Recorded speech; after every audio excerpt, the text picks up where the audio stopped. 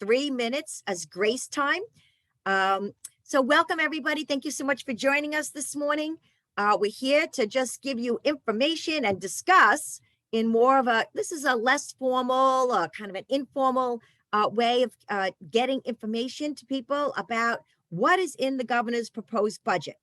Many of you know the budget process takes a little bit of time. The governor proposes the budget. There's a 30-day amendment, which is due next week. And then the Assembly and Senate will release their budgets. And then there's lots of negotiation and discussion about what finally ends up in the final product. The budget is due on April 1st. We feel very confident that our elected leaders will be making that timeline and that deadline. But what is in the budget, and specifically, what is in the budget for Long Island and how will it impact us concerning our environment? Long Island is very engaged and interested in such topics as clean water, fighting harmful algal blooms, offshore wind, which has been the topic of conversation with many of you, our terrific parks that we have and we love, and really we used and maybe overused a little bit during COVID. But there's so much that goes on Long Island that our parks determine our quality of life and also our economy. There's a direct tie. We're committed to preserving our environment. There are so many environmentalists on right now who have dedicated their lives actually to one or more of those topics. So I want to thank everybody for joining. I know you didn't come here to hear me. So and also I just want to recognize that NYSERDA is here. Thank you, Greg, for joining us. So if there are questions about offshore wind, Greg has been gracious enough to join us with his time to be able to field any of those questions as well. But we're delighted to have with us now the New York State Parks Commissioner, Erik Kulleseid. Erik has been New York State's Park Commissioner through a couple of different governors now. And honestly, our parks have never looked better. So whatever you're doing, Erik, keep doing it. Our park system really is one that is beloved and well used throughout New York State. And we appreciate the hard job that it is and the work that you and your team does. But with no further ado, I'm going to turn it over to the commissioner, and he's going to talk about New York State budget. Also, I just want to say to the folks here, we will be taking some of your questions live at the end. So raise your hand. If I say your name, Hannah is going to unmute you, and you can ask the commissioner or Greg or whoever else a question, and we're happy to do that. You can also please put your questions in the chat or your comments in the chat. There's one that just says "and." I don't know what that means, but okay. But let me turn it over now to New York State Parks Commissioner Erik Kulleseid. Erik? Thank you, Adrian. Adrian, it's always an honor and a privilege to share a forum with you. Really, thank you for inviting me to appear today. And thanks for everything that CCE does, Citizens Campaign for the Environment does to protect the environment in Long Island. Obviously, you've been an extraordinary grassroots and grass tops leader. The things you've been able to achieve on Long Island are tremendous. And I think, and thank you for your gracious words about us. Obviously, we believe that our parks on Long Island are a big part of kind of the quality of life on Long Island, right? And that we are happy to be there for Long Islanders. I'm just going to say one other thing. That I'm going to roll over into a PowerPoint in a couple of minutes, but I just did want to introduce a couple of additional state representatives on the phone here today. We've got Andrew Mulvey, who is the Nassau County representative for Governor Hochul, and we have Jacqueline Ruth, who is the Suffolk County representative for the governor. Thanks to them, and I think we might have some folks from DEC and DOS on, and they may be able to be resources as we go. And again, thanks to NYSERDA for coming today. So I'm going to roll over. I'm going to impress you all with my sharing capacity. Let's just see. It's going to be super impressive. Look at that. There we go. Look at that. It's always, it's always a little bit of a miracle when it works. Okay, so what I'm going to do is I'm going to walk through really the entire budget. We're going to walk through the entire budget. We'll pause a little bit more in the middle for environment. Then we'll finish it up and then, as Adrian said, we'll circle back to questions. So we are. So anyway, so I'm going to just start rolling through. Oh, but there goes that thing where we just have to make sure my screen can advance. That's always the problem. Hold on one second.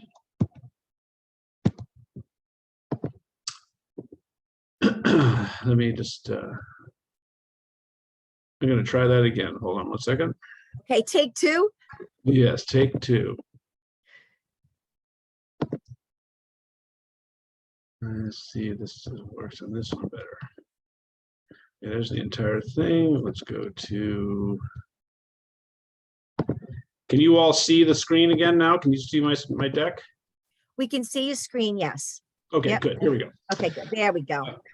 Got right a little now- nervous, Eric, but you saved it. I know. I tell you, it happens every time. So it's one of those things that's become familiar to me. It's become the little glitch becomes familiar to me. So anyway, so thanks for coming, and we are going to sort of go through. So I think it's, for anyone who actually, the governor, I think has been right to call this a historic moment with historic funding.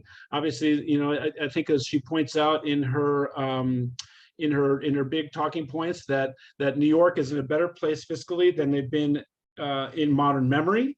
The state is forecasting 5 years into the future with no deficits, no structural deficits. So that leaves us in a position to spend funding and reinvest in communities and reinvest in New York. She is looking at it as an investment budget. Some of these funds come from the COVID relief funds and the other kinds that are issued by Congress. And so there's a lot of this are targeted towards historic one-time investments, but also protecting the long term by not adding too much to the operating base of the state. But it really is it's a historic moment to positioning us for the future. So really, among the headlines that many of you seen, the top lines from this page, obviously a middle class tax cut that's been out there, that's been scheduled, is now going to be accelerated. And the other big item is that a property tax rebate is being scheduled. And if you look at the average benefit for Long Islanders is $1,300 a household.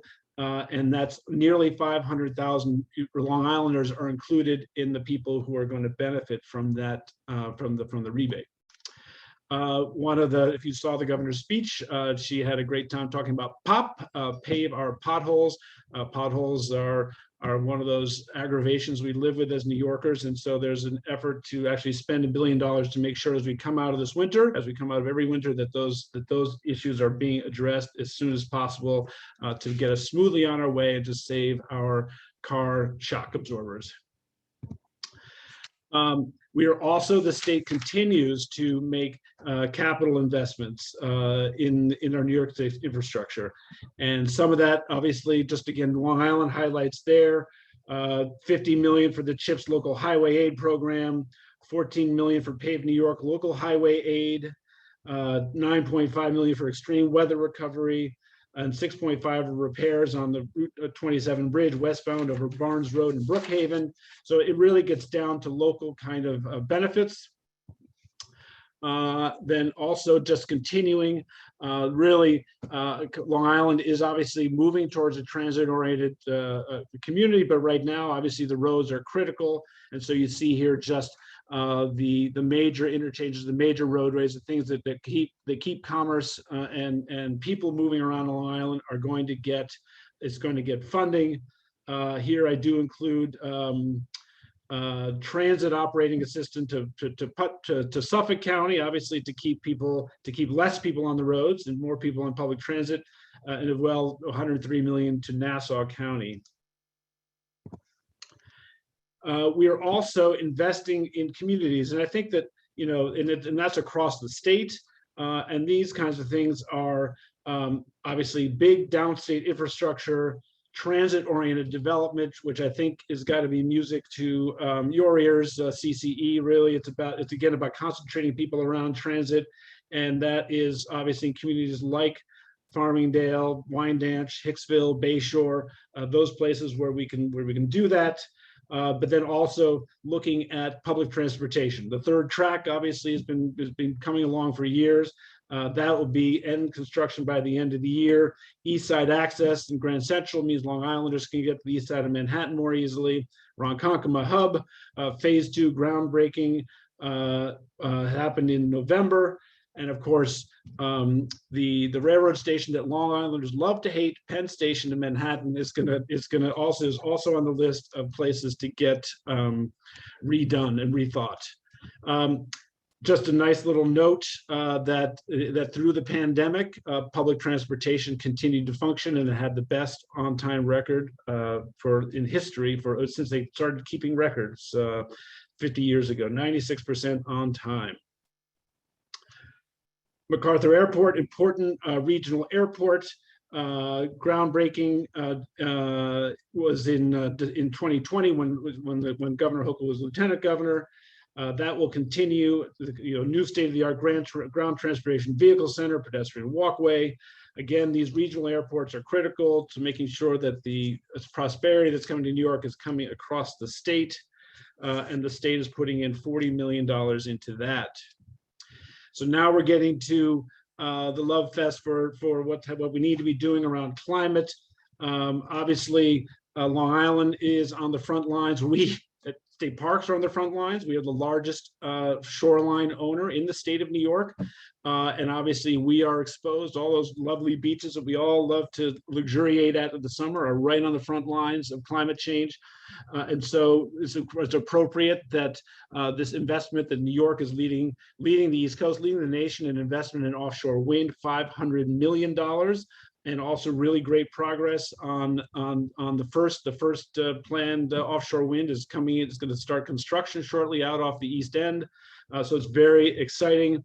The state will continue to advance the Offshore Wind Training Institute, a great partnership with Farmingdale State College and Stony Brook, so that New York not only is capturing the benefits of the wind, but we're capturing the jobs and the industry to help build and supply these things. It's really a statewide effort. It's actually remarkable to watch the way this initiative is going to have benefits statewide. We are also looking at, as I think Adrienne referred to, a $4 billion bond act.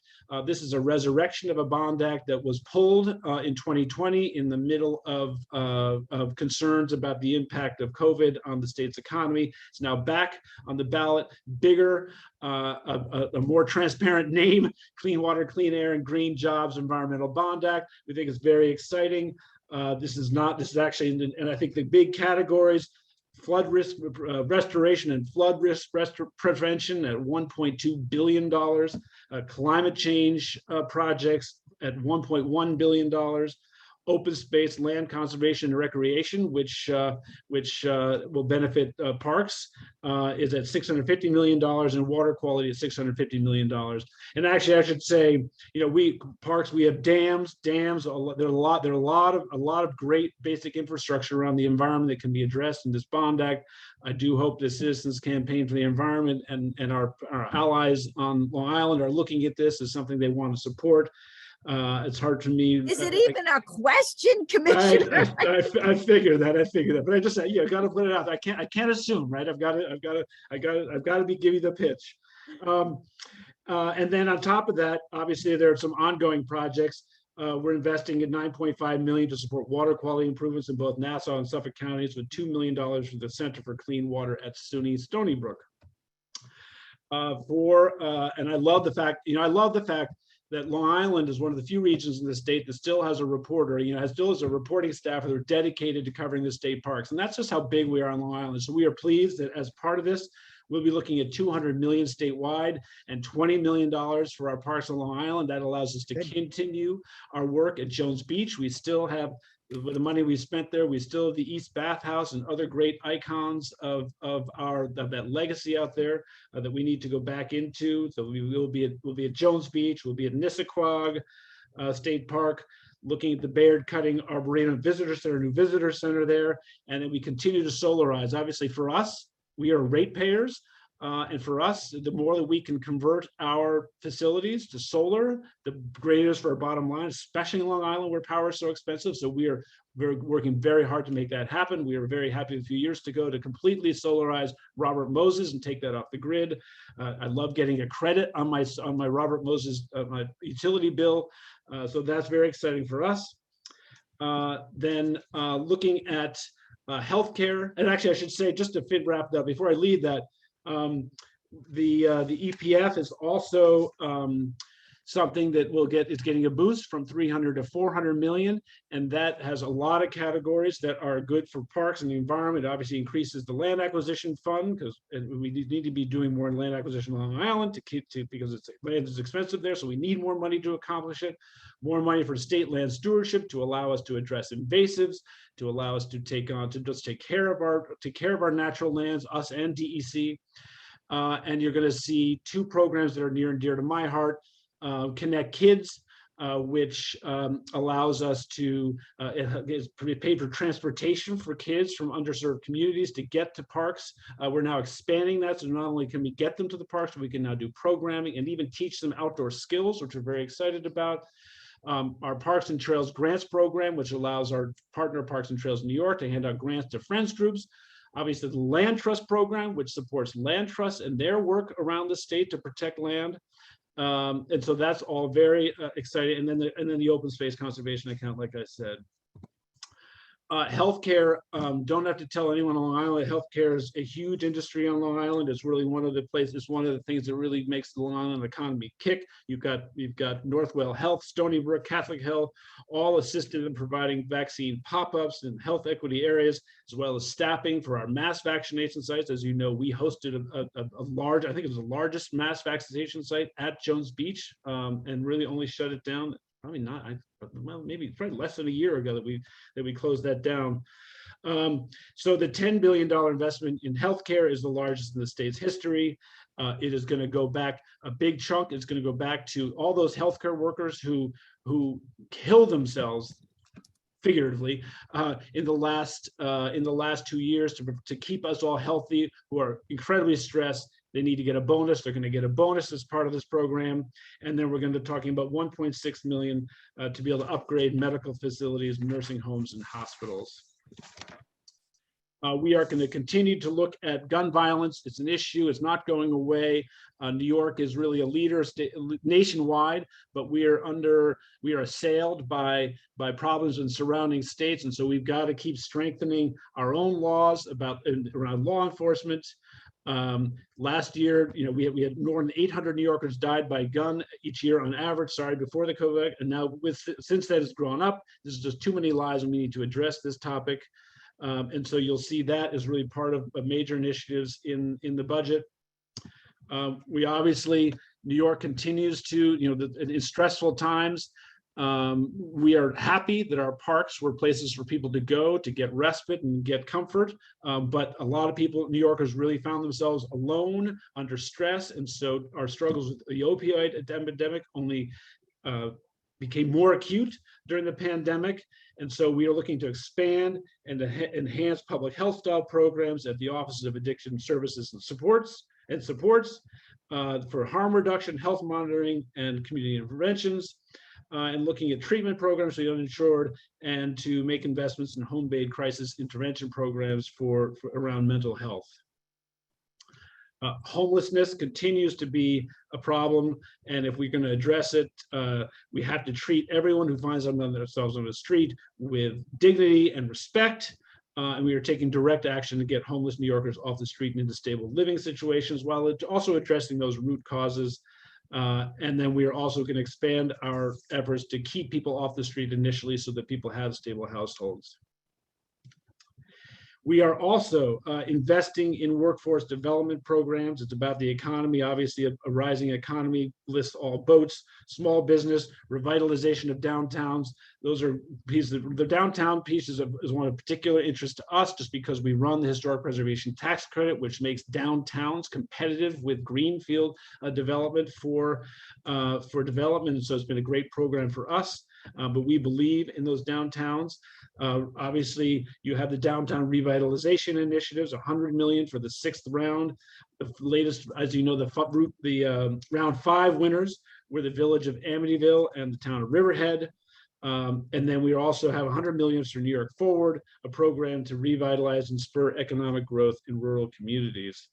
And then, of course, we're looking at tourism being a major attraction on Long Island, across the state, 60 million to enhance our tourism activities. Very exciting news about investments in education. As many of you know, we obviously there's going to be investments statewide, $1.5 billion, but you're also looking at Stony Brook and Buffalo. SUNY Buffalo is becoming really flagships of the entire system to help give the whole entire system centers of gravity, I guess you can call it. Obviously, the entire system is going to benefit, but there's going to be in those institutions really to enable them to really pull in world-class faculty, then they can benefit the entire system. So looking forward to that. Obviously, Stony Brook is one of those leading institutions across the state. And then another 150 million into the expansion of the tuition assistance program, making it available to part-time students here on Long Island and across New York State. Looking also at public education, $31 billion of that in new aid to education. That means foundation aid in Long Island for 416 million, and then 442 million in other aid. So this is money, obviously, education on Long Island, public education is so strong on Long Island. We need to make sure we're continuing to make those investments. So I'm sure that'll be good news there.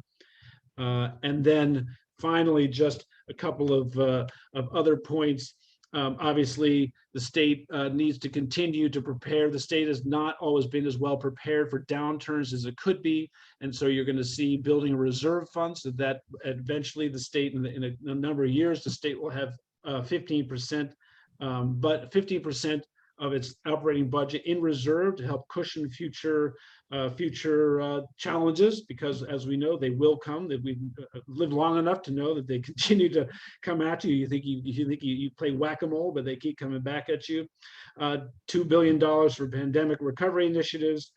And obviously, one of the governor's big initiatives is to have term limits for all statewide elected officials. And so that is sort of it in a nutshell. I hope I haven't gone too fast, but I think I just want you all to know, and Adrian and Citizens Campaign for the Environment, you always have a friend in me. I've been a member of this community my entire career. It's a community that means a lot to me personally.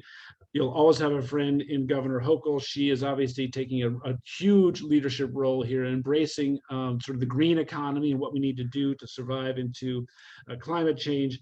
And so you all will always have friends in New York State government, and I appreciate this opportunity and look forward to any questions you might have. Really excited to be here today.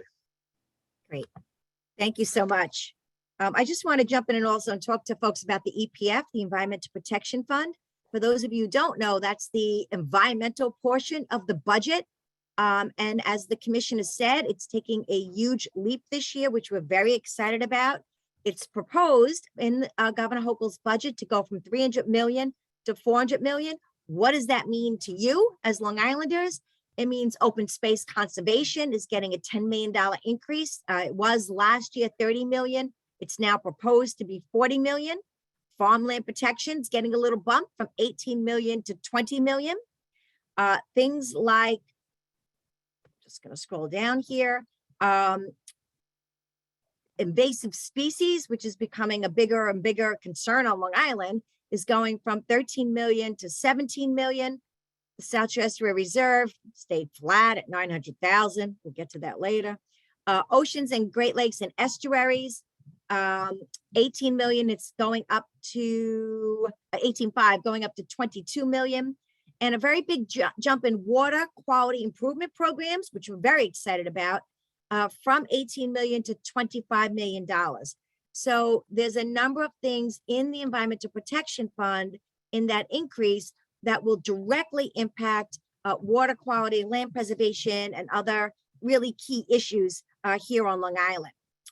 So I wanted to just accent that so folks have an idea. Again, that's not done yet. This is going to go through what we call the sausage making of the budget on Long Island, and Actually, and can I mention just one other thing, Adrian, too? And that is that both of all the environmental agencies and many agencies are actually going to have increased operating resources, right? And I'd say thank you to the community for advocating for operating resources. So both us and DEC have seen our fill levels increase so we can build and greater manage the volume of people, 78 million people who will come visit us a year in our case, and for DEC to really execute its regulatory and environmental protection functions with greater capacity.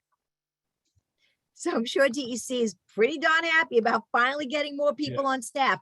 In fairness, I just want to say groups like mine and many on this presentation have asked DEC to do more and more and more over the years because there's more to do. Yeah. So, and at first, DEC was saying, okay, we're going to do more with less, but we know that you do more with more. So this year, DEC and New York State Department of Health are going to get more. So we have been advocating for that for years. CCE works with a Clean Water Coalition with groups throughout the state. So we're delighted with that. And did you mention, Eric, the $500 million the governor's put in the budget for more water infrastructure in addition to? I did not know that. Thank you for touching on that. More of the water quality investment funding available to sort of continue to clean up our systems and clean up and continue that very successful program. A very exciting additional piece. Okay, great. All right, so we're going to go to questions. I know Mariah Deegan has texted me that she has a question. So Hannah, can you unmute Mariah? And Mariah, if you could just say your name and who you're representing. Sure, I think I can unmute myself. Everyone can hear me? Yep. Hello, Commissioner. Hi, everyone. My name is Mariah Dignan. I'm the Regional Director for Climate Jobs New York. We're a statewide labor coalition all about making green energy jobs good union jobs. So I just wanted to, first of all, thank you and the governor's team for your time today, and thank the governor and her team for prioritizing offshore wind. We're really the nation's leader in this nascent industry, and the investments included in this budget actually puts our money where our mouth is. So thank you. My question is about the $500 million port infrastructure and supply chain investments that are truly the linchpin in securing a domestic supply chain and a New York-based workforce. Most of these jobs in offshore wind are actually in manufacturing and the supply chain. So my question is likely more of a question for NYSERDA, but maybe there's an opportunity to beautify some of these facilities to get parks in on the action. But has the state identified any key manufacturing facilities that could be eligible for this funding? We have a lot of aerospace and defense, highly skilled manufacturing facilities on Long Island, and we have some ideas on how to get them the information they need to be a part of the smaller components of this supply chain. So I'll leave it there. And thank you again for your time. Thank you so much, Mariah. Thank you for all the work you do. So I think on that one, Adrian, we have someone from NYSERDA on who can maybe address that question. Otherwise, yes. Hannah, can you unmute Greg? Let me find, I gotta find him in my. I was allowed to unmute myself. Okay, go ahead, Greg. You're on. And please introduce yourself too. Thank you. Yeah, good afternoon, everyone, or good morning still, I guess. Greg Lampman, so I'm the Director of Offshore Wind at NYSERDA. I've been with NYSERDA for 20-something years, leading the environmental research program, basically looking at using data and science to inform energy and environmental policy, and recently converted over to be the Director of Offshore Wind. So I've been engaged in offshore wind since the inception here at NYSERDA back in 2014 or so, but have taken the helm of the whole program. So as suggested, the governor has proposed a $500 million investment in both ports and supply chain for New York State in the budget this year.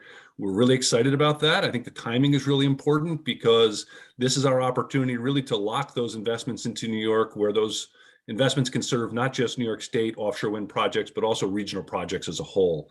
So getting those investments in place and getting that infrastructure built out is really critical to making sure that we can match the supply chain with our New York projects, but also across the region. We're working now on the approach to make sure that those funds are allocated in the best way possible to support both our OEMs, our original equipment manufacturers, so there's some of the marquee investments that we're hoping to get, both in terms of ports, but key components of offshore wind, such as blades and nacelles. And also thinking about how can we use these funds to leverage our existing manufacturing in New York and bolster it so that it too can play a part in that supply chain. So we're working through the best way to do that. In our last round in 2020, we required developers to bid port infrastructure investment plans as part of their OREC components. And it required them to build a partnership with a port for an investment in that process. And so we're looking at that because the opportunity exists here for that first order. So that developer coming in with that partnership and giving them their first order can reduce the state investment and bring certainty to that infrastructure. So again, trying to maximize and leverage as much of the private capital as we can. And we're thinking about how to do that with the broader supply chain as well. So we are wrestling through these issues, but certainly cognizant of the need to bring both these key marquee infrastructure components to the state, but also working with our existing manufacturers in the state and startup manufacturers in the state on second tier and third tier providers of the supply chain as well. So all of that's in play now, and we're hoping to put that together in time for our RFP that'll come out later this year. Thank you so much, Greg. Appreciate it. We're going to call on, I see Allie DePerdy has her hand up, followed by, I'm not going to say your name right, but Mariah from Farmingdale University. And then we're going to go to some of these questions in the chat. I do see them. I'm not ignoring you, sorry, but I'm just going to get the live ones first. So Allie is from AMC's. Allie, you're on. Hi, thank you so much. I am Allison DePerdy. I'm a research coordinator with Atlantic Marine Conservation Society.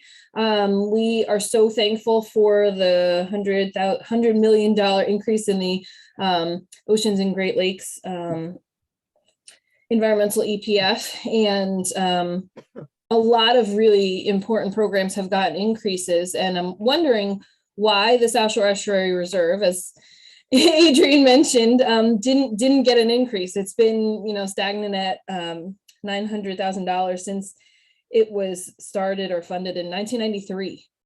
So a lot of the organizations that we work with and everyone doing important work in a pretty large estuary on Long Island are looking for potential to increase to at least 5 million. So just wanted to know your thoughts on that. Thank you for just bringing that up. Obviously, the South Shore Estuary Reserve is a very important place on Long Island. I can't speak to it. Obviously, the EPF has got lots of priorities and it's always a juggling, but I think what we can do is we can get back to you on that, Allie, and let you and really dig at that more deeply. I just don't know. I don't know the specifics of that particular account. Well, I have to pile on with Allie, Commissioner. I mean, it's a huge estuary, right? It goes from the Shinnecock Bay Bridge out in the east all the way to Nassau, all the way to Atlantic in Nassau County. It contains the largest concentration of marshlands anywhere on Long Island in the Western Bays. We'd asked for an increase knowing that the EPF would increase, and it got nothing. So we feel pretty unhappy about that, and we're hoping that you could take the message back that our estuary along the South Shore that we love, and we're working to bring back clams, we're working to bring back the fishing industry there. We're working so hard to restore it. The comprehensive management plan was just updated. It went through a full and rigorous public input process, and now it's done. So in order to implement that plan, we need some cash. So we appreciate anything you can do in helping us achieve that goal. So thank you. And thank you, Allie, for that question. Okay, and next we have it was Mariah. Marge, you could call me Marge. It's Marjane, but you could call me Marge. Okay, thanks. Everybody goes by Marge. Hi. First of all, I want to thank the commissioner. Can you just introduce yourself and say? Oh, I'm sorry. That's okay. So I'm Marge Isapur. I'm the Associate Dean of the School of Engineering Technology, and my long title is Associate Dean of Economic Development in Sustainable Energy. I've been in the renewable energy field for a very long time, almost not quite as long as Adrian's been an environmental activist. So I have two questions. One goes to the commissioner and one goes to Greg. So the question for the commissioner first. I worry, I care about the entire renewable energy spectrum and not just the offshore wind. I know offshore wind is on everybody's radar these days, but I mean, there's solar, there's geothermal, there's other things. And I just want to ask the commissioner, are there going to be any kind of funding on adding infrastructure, renewable infrastructure into the parks? And I'm just giving you a little example. Jones Beach parking lots, they're really hot in the summer. Supposedly, if we put, a carport solar panel, use the energy directly by, parks, whatever you use in that area, and maybe charge a little extra dollar for the parking so that they can have the car in the shade to kind of in the long term to have the sustainable way of maintaining them. I mean, I'm just throwing ideas there, but it could also be EV infrastructure. So that's your question, Commissioner. If there are any plans, if they're not, am I putting a seed in your head? And then let me just finish by Greg's question so he can actually kind of chew on that question while we're. So Greg, something that's very dear to my heart with offshore wind, as well as other renewable energy, is workforce and CLCPA, right? The Community Leadership, Climate Leadership Community Protection Act. And I kind of want to bring this together. And I know NYSERDA has this on their radar, right? I know Doreen Harris sits on the, I think she's one of the chairs of the CLCPA. But I want to know how much of these fundings for workforce and training is allocated to support bringing people from disadvantaged communities and enable them to take advantage of, for example, the training program that our college offers or other, institutions, or even pre-apprenticeship programs. How much, and I know you guys are doing that work, but I think not enough does said about that. And, we do have, yes, Long Island is probably, Nassau County, probably one of the richest counties in the world, in US, but also we have many areas of disadvantage. Okay, Marge. So I think you got the question. I'm sorry. Okay, That's go on. I'll take the first one. So I think obviously we did solarize Robert Moses, and Robert Moses, we have solar arrays in those parking lots, which are really on the grid. And one of the things that actually works to the benefit of Robert Moses is the fact that that park is close enough to substations for hookups. The challenge with Jones Beach is really.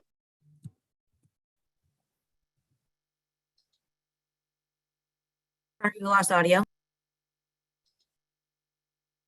Sorry, I was just doing that whole thing. That was my fault.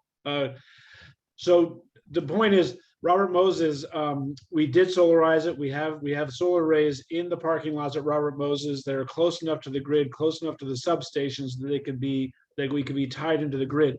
Jones Beach is more of a challenge for us. We have to do Jones Beach. It's our number one park on Long Island. We've got to demonstrate what we can do, but it's far from those substations. So right now we're trying to figure out, do we do building by building there, or do we invest in those tie lines that are necessary to tie Jones Beach into the grid such that we could build a more major facility? Because you're right, those parking lots are just begging to be covered with solar arrays. Totally agree. Thank you. Greg, your question? Sorry, I should have caught before that. Thanks for the question. And I think I'm going to reflect back on the actual timeline of project development, because I think it's an important consideration in both workforce and your investment timelines. So one of the things that it's important to remember is that our procurement process is very early in the development stage of the projects, oftentimes. And so as you look at the development timeline from the time we procure a project to the time the project is built, there's a number of years that have passed in the interim. And right now we are at kind of I won't call it a pivot point, but really a sharp expansion point, in that we're really moving from filling the supply chain with the projects that we procure and those projects working through the permitting process to actually transitioning now to how do we start manufacturing the things we need to support those projects, and how do we get those projects built. The South Fork Wind Farm is going to begin construction this year and be operational next. And our next couple of projects will start coming online shortly thereafter. And so all of those projects that we've procured so far, the 5 projects in total, are now in the process of trying to identify where will they build those components. And in understanding where those components will be built, we can start to understand, well, first what the components are, but what workforce development needs are required in order to support the construction of those components. And that then leads you into the jobs training components of it. So it's a sequence that happens. You don't want to train someone for a job that's not going to be available for 4 or 5 years yet. And so we are at that stage where you're going to start to see a really big expansion in the work that we do, particularly around the supply chain and the jobs, because those projects have matured to the point where they're starting to really start to pin down where those components we manufactured and what are the needs around them. So the good news is we've got more than $75 million in public and private funds to support workforce development. We've got 20 million in the Workforce Training Institute. We've got another 30 million going through the City University of New York and 20 million in private investments. And what we're doing now is really pulling those investments together to make it understandable for the person on the street. How can I take what I know today or where I am today as an individual and apply that to get access to these jobs that will be coming? And we want to build that mapping so that they can really take advantage of the supply chain opportunities that are going to get built, and then stemming from that, the workforce opportunities. So our job now is to make that accessible to folks and make sure that we're bringing that to the disadvantaged communities and others so they can understand that these opportunities exist, what the timelines are, what the extent of the opportunity is. So they're training up for the jobs that are appropriate for them in the locations where they want to be. So you can expect to see over this coming 2020 years, 2022 is going to be a major year of expansion on our workforce efforts, as it is going to be on our supply chain efforts. So these things are really going to be emerging in a much broader way coming forward very, very soon. All right, thank you. But it does stem back to this whole supply chain and when we procure projects and when projects get built. All right, thank you so much, Greg. Appreciate it. All right, let me go to the chat, get some of these questions too. All right, so Tiffany's asking a really important question, particularly for Long Island, because we live on an island. We have a lot of solid waste. 3 million people generate a lot of garbage, and that's not even counting, the businesses and industry. Any plans for recycling or reducing trash or educating the public about that stuff in the governor's budget? This is your entree to talk about EPR, Erik. I have to say I'm not as well versed in that as I should be. You may know better than I do, Adrian. Obviously, at Parks, we're taking measures to reduce plastics. I can speak obviously to the agency and taking efforts to reduce plastics, not as single-use plastics among our vendors, but maybe Adrian, you can speak to the EPR. Yeah, actually, it's pretty exciting, Tiffany. The governor has proposed in her budget and what's called an EPR. It's got the worst name ever, okay? But that is its name. It's extended producer responsibility. And it simply means it's a huge change. It requires the manufacturers of the products to take responsibility for their waste stream. So whether it's General Mills for their cereal boxes or Amazon for their 15 pounds of packaging for, a toothbrush, whatever the case may be. So it requires them to, instead of us, the taxpayer, to pay for the recycling and the collection and the disposal of their waste product. They would be paying into a fund to do that, alleviating the tax burden on the municipalities and the towns and the villages and the taxpayer. The less packaging, the less the company pays. The more recyclable their packaging, the less the company pays. So it flips the dynamic and for the first time incentivizes companies to use less packaging, use more recyclable materials in their packaging, because we're not going to eliminate packaging, but we can certainly greatly reduce it and then recycle what's left. It is a very complicated program. It's used in Europe and Canada. New York is, we're a complicated state. We are working through and negotiating the details. I have multiple meetings every week on EPR and what's the right program and how to capture this in a way that's going to work and benefit not only the environment, but all the taxpayers as well. So stay tuned. We are working on that. I'm very hopeful. I feel like I should knock on wood when I say that we can get that. Oh, you saw a documentary about how Canada does it. I should watch that documentary. Thank you, Tiffany. I see Rich Grove from the town of Babylon has his hand up. Rich, feel free to unmute yourself and jump on in.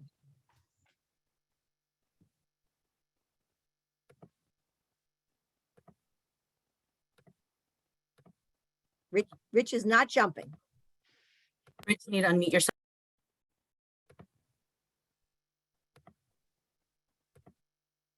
All right, Rich, you Okay, have I don't know any- how I got muted. Oh, I'm sorry. okay. I'll start over. So Rich Grow, I'm from the town of Babylon. We're the most southwestern town on the South Shore.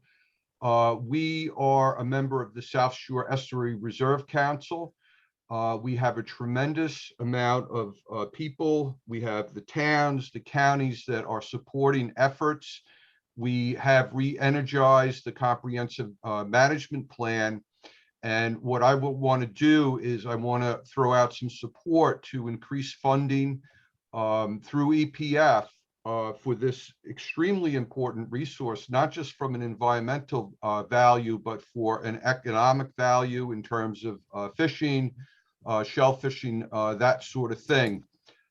We do have a lot of challenges. I have to say the towns and the county have been doing some extraordinary things, reducing nitrogen. We've been doing sewering projects. We've been having issues with harmful algae blooms, which is tied to nitrogen. We need help. We need funding to keep these programs going. So that's what, I want to throw support in for this really important resource at the EPF funding level. So, Thank you, Rich. yeah. Thank you, Richard. Thank you for that. Thank you for hosting a couple of our big parks. We are happy to be in the town of Babylon. It's home to us. Obviously, Habs are something, it's not just Long Island, it's a statewide growing area of concern. And you've got programs, obviously, New York State is continuing to invest. There's a lot of learning, a lot of education, a lot of research needs to be done here, but there are $324 million in grants over the past years to help fight Habs across the state. Will we continue to do that? Also looking at trying to develop cutting edge solutions. Obviously, it's something that we don't totally understand, right? So the DEC is putting $11 million into research and development pilot projects to address Habs. And it's something certainly that has the governor's focus, and we are really looking at it to sort of help address it. And I think you also were probably making the same point that made earlier about the South Shore Estuary Reserve funding in the EPF, which we heard from Adrian and other of the advocates out there that they want to see that addressed. That's one of the things we'll be taking back to sort of look into further. Okay, Thank well, you. let's stay on. Thank you, Rich. Let's stay on the Habs because there's another message in the question from Bill Moser. It's a good question. You mentioned, Commissioner, that there is money to fight Habs, and Bob Moser is asking, will there be any money available for monitoring local freshwater ponds for Habs? Because that's becoming more and more of a concern with the blue-green algae. Well, I think yes. I mean, because again, this is a statewide problem, right? We have beaches upstate, on Chautauqua Lake, large lakes where we have to shut our beaches down because of the Habs. So it's a statewide issue of concern, and yes, there's the funding will be brought to bear on that equally important issue. Great. Okay. Other comments are by Maureen Dunn, who's with CTUC. Yes, more money for South Shore Estuary. I think you see a theme going on here. Did you plant that? No. These are people who have worked, Maureen, other people, Rich, we've all been involved together. We're growing old together, working to protect and restore the South Shore Estuary. And we need money. So let's Yeah, no, and we're there. I mean, we are on the South Shore Estuary Reserve too, right? It's an important resource for us for sure. Yes. Okay. Question by John Turner. He cannot get his camera or his microphone to work. Wow, that's a bad day, John. Will there be funds available through the enhanced EPF to retrofit state-owned and government buildings to treat problematic buildings where birds collide when they're flying into the windows? Parks at Hempstead Lakes and Jones Beach State Park installed this is a very long question. Installed bird-friendly windows in the nature centers, but existing buildings, especially buildings in the SUNY system, still pose a big problem. It's a perfect question for you, Commissioner.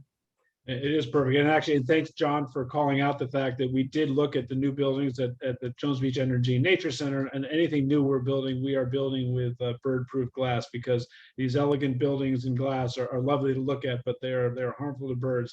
I'm not familiar whether we're going back to retrofit, but it's something I can take back and get back to you on. But you're totally, but it's an issue we need to address, no question. Okay, great. Okay, I just want to ask my team, Hannah and Maureen, do you see any other hands up before we close out? I don't want to miss anybody, and I can't see everybody. Have Robin, who has her hand raised. Oh, okay, yes, I see that now. Robin with Save the Great South Bay, please unmute yourself. Thank you, Adrian. Thank you so much for hosting today. Always informative program that you put on. Thank you, Commissioner, for the presentation today. My name is Robin Silvestri. I'm the Executive Director at Save the Great South Bay. We're here on the South Shore of Long Island. And I am not paid by Adrian to say this, but I also request additional funding for the South Shore Estuary Reserve. The programming that they are implementing here that affects the Great South Bay has been tremendous. And we are always looking forward to expanding the programming with them. I have I have three questions, actually. One is a two-pronged question, and forgive me if I missed it somewhere along the way of your presentation, but is there money set aside specifically for additional sewering projects here on Long Island, as the nitrogen from cesspools is one of the major contributing factors to the algal blooms that destroy or are destroying the Great South Bay? Second part of that question is, sorry, if there's money for green infrastructure in terms of shellfish restoration projects out on the water. So the first question was, so obviously that's a lot of that's the way you address water quality on Long Island. So there's a lot of state investment going into water quality and prevention of pollutions getting into the South Shore, right? So those capital projects will continue and continue to be invested in. It is obviously it's a way to address it. Suffolk County, we know, has huge sewering issues. And then as for specific money, and I think that they take under the water quality money, obviously the water quality money that is been extended. So yes, that funding will continue. It continues to be a priority. The shellfish seeding, I'm less familiar with that funding. I'd have to get back to you. I don't know, Adrian, you may know more, but we can easily answer that question. Well, one thing I will say. Oh, sorry, Adrian. I'm sorry, Robin. No, Robin, go ahead. I'm not sure if you can answer that question, Adrian, or not, but I just have one more question for the commissioner. Is we are a small 501c3 nonprofit here located on Long Island. How do these smaller nonprofits access this type of funding? Will there be grant programs, or how do we get to participate in this? And you're talking about the clam, the shellfish seeding programs. Is that what you're talking about specifically? Just in general, how can a small nonprofit access funding? Well, I'll say that obviously, speaking for ourselves, and that it's not germane for you completely, but we have grant programs we run around parks and historic preservation, right? We have those things that are available. Again, actually, I would say around those environmental improvements. Adrian, you maybe will speak to that better than I can.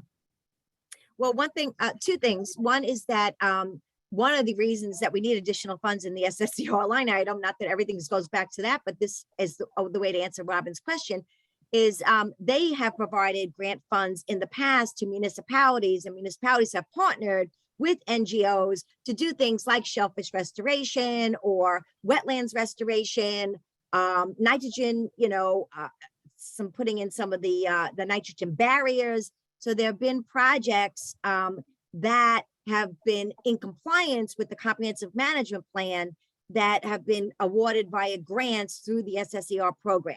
So that is definitely one avenue. And I know that Department of State, administers those grants, and that would be a significant way to do that.